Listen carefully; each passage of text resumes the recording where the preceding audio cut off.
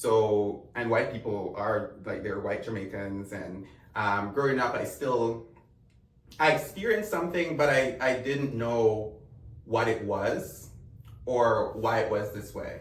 You know, you'd hear even in simple conversations with your family, like, "Oh, you're so black." You know, like black was always akin to like being ugly or not being good enough. And you grow up, you see people bleaching their skin, putting all these chemicals to like try to be lighter to like fit within the Eurocentric like beauty standards. And you know, who was always being pretty was like the light skinned person or like the people. And I remember my first time when I was young, and you know, the white people came on this mission and they were giving out toys, and all the kids were like, "Oh my gosh," you know, like not in a bad way. Like everyone was just like, "Oh my gosh, our real world!" Like it was like God came, you know.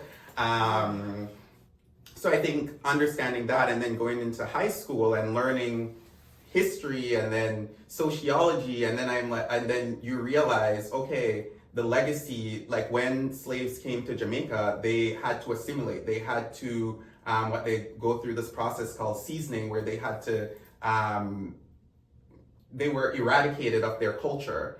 They weren't able to practice their religion, speak their tongue, and you know, speak English. And then throughout the years, that has become like embedded in. Like my grandfather was a Rastafarian, and at one point, Rastafarians couldn't even wear their hair, you know, the way it grows out of their head. Like the police would literally like trim them. You have just all the negative things associated with blackness and self-hatred, internalized racism in a predominantly black country really opened up my eyes.